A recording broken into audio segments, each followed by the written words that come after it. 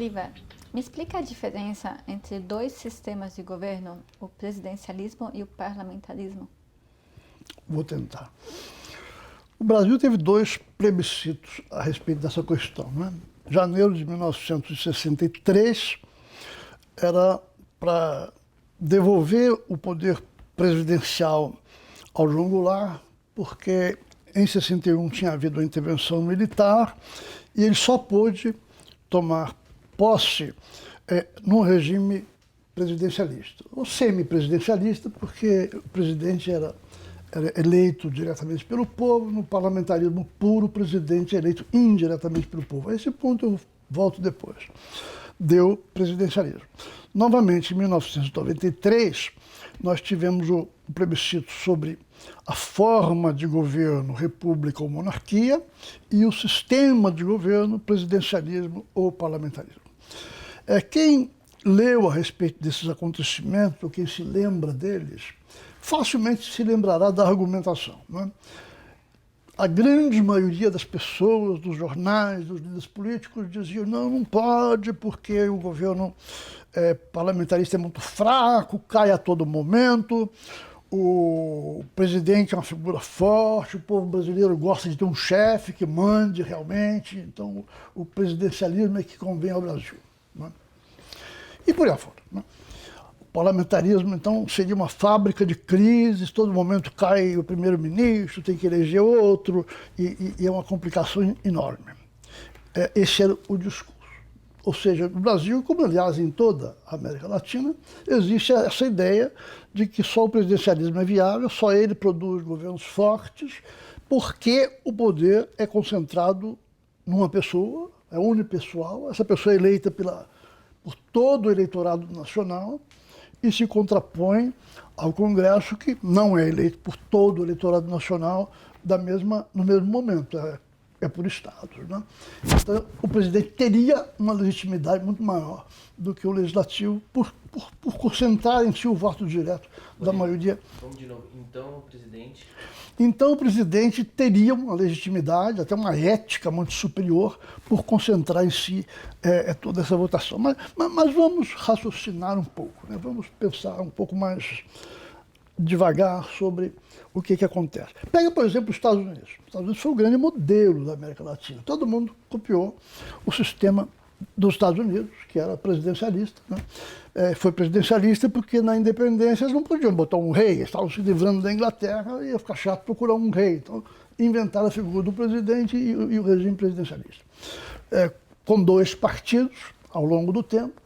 E durante esses 2 séculos, nos Estados Unidos, sempre se afirmou e sempre se teorizou de que, tendo 2 partidos básicos e só 2, as eleições não seriam radicalizadas, não provocariam turbulências, porque o candidato tinha que procurar o eleitor médio, né? Tinha que tender para o centro, e o outro também. O que radicalizasse para uma ponta se isolaria e seria fulminado do ponto de vista eleitoral. Foi o que aconteceu em 64, por exemplo, com Barry Goldwater, que era um candidato do Sul, que acabou com 20% dos votos, né? Porque era um radical total. Bom, na eleição do Trump para Hillary, nós já vimos que essa teoria começou a fazer água, né? A radicalização na sociedade levou a uma radicalização sem precedente na eleição presidencial, mesmo nos Estados Unidos, que é o modelo de tudo isso. No Brasil, quando houve a proclamação da República, né? A proclamação da República, como todo mundo sabe, foi um golpe militar, né? Que derrubou o parlamentarismo do período imperial. Depois de muita discussão na Constituinte, adotou-se uma Constituição presidencialista muito semelhante à dos Estados Unidos, redigida quase que inteiramente por Rui Barbosa. E desde aquele momento até hoje, você lê interminavelmente comentaristas dizendo que aquilo foi uma grande bobagem, que o Rui Barbosa era um alienado, era um sujeito que vivia no mundo da lua, que copiou o modelo dos Estados Unidos por mera imitação, né? As pessoas se esquecem de fazer a seguinte pergunta: se ele não escolhesse aquela fórmula, qual seria a nossa fórmula? Nós devíamos legalizar uma ditadura, por exemplo, arranjar um caudilho qualquer, sagrá-lo ditador, como havia nos nossos países vizinhos. Devíamos consagrar um governo militar permanente.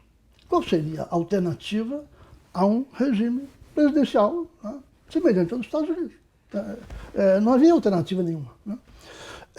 Poderia ser parlamentarismo? Não podia, porque tinham acabado de derrubar o parlamentarismo. E para piorar as coisas, para suceder Dom Pedro II seria uma mulher, a princesa Isabel, que para piorar as coisas era casada com um francês, o Conde D. Então ficava difícil por aí também. Adotou-se o regime presidencial do tipo americano. Com isso, nós criamos uma presidência forte, legítima, com bom apelo popular nestes quase mais de 100 anos. É bastante duvidoso, né? Nós tivemos muitas crises. Durante a Primeira República, era uma coisa absolutamente oligárquica, porque havia o presidente da República, havia eleições, mas em cada estado havia um partido único, não havia competição dentro de cada estado, com exceção do Rio Grande do Sul. Né? Assim foi até 1930, quando veio a crise, houve a chamada Revolução de 30, que foi uma derrubada do governo por um grupo de pessoas, Getúlio,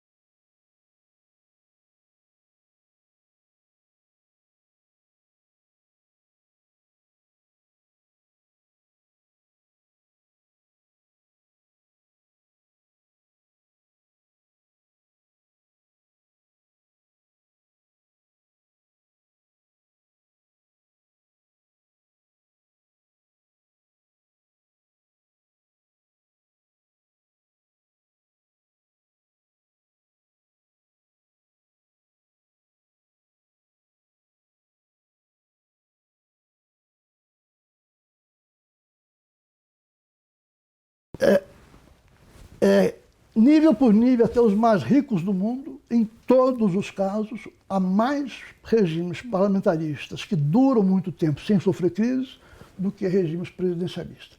Então a questão da estabilidade ficou resolvida. Mas agora nós temos a questão da efetividade, da governabilidade, de aprovar coisas no Congresso. E aí qual que é melhor? Veja bem, aí nós temos que entender a diferença fundamental que há entre os dois regimes. O regime presidencialista se caracteriza por uma separação absolutamente rígida, né, consagrada na Constituição, entre o poder legislativo e o poder executivo. Né? O poder executivo não tem meios constitucionais legítimos para interferir no funcionamento interno do legislativo. Pode comprar deputado, pode fazer mensalão, pode fazer qualquer coisa, mas meios legítimos não tem, porque a regra é uma separação rígida. E a recíproca é verdade. O legislativo não pode retirar o chefe de Estado, a não ser pelo complicadíssimo e perigosíssimo processo chamado de impeachment. Né? Se tivéssemos, anos atrás, o regime parlamentar, a dona Dilma Rousseff, por exemplo, seria demitida do governo por incompetência. Não precisa provar crime nenhum. Mas como o regime presidencial, era preciso arranjar uma demonstração complicadíssima, que ela fez as tais badaladas fiscais, 99 pedaladas, eu falei badaladas, 99% da sociedade certamente não entendeu isso, né? Mas ela foi afastada, obviamente, porque o governo dela era péssimo, né? Podia ter sido um processo de 3 semanas e não de 6 meses. Então, qual é a grande diferença? A grande diferença é que no regime parlamentar existe uma rua de mão dupla. Né?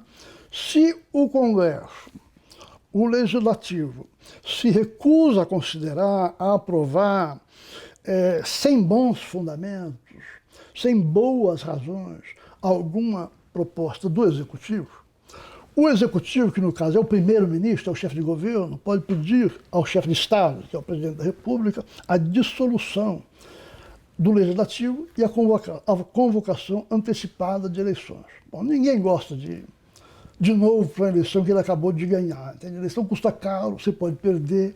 Basta lembrar que na última eleição metade da Câmara foi derrotada. Né? Então, é uma ameaça institucional legítima de que o Executivo dispõe para colocar o Congresso na sua devida linha. Não estou dizendo arbitrariedade, estou dizendo, se é uma recusa não razoável de aprovar um programa de governo, o Executivo tem uma alavanca poderosa.